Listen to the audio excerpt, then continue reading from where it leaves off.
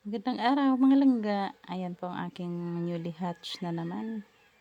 Ayan po, isa po yan mga langga. Ayan po ang ating bagong sisiw. Kaninang umaga lang po yan. Ating 0 day old pa na sisiw. Ayan po. Nakakatuwa.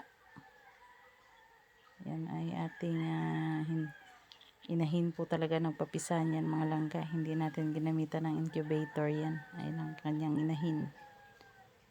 So, ayan po lamang mga langga. Salamat sa panonood. Ayan po, nilagyan pa natin ng asukal ng tubig para sa unang araw po nila.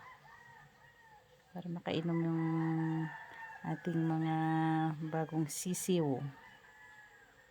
Ayan po lamang.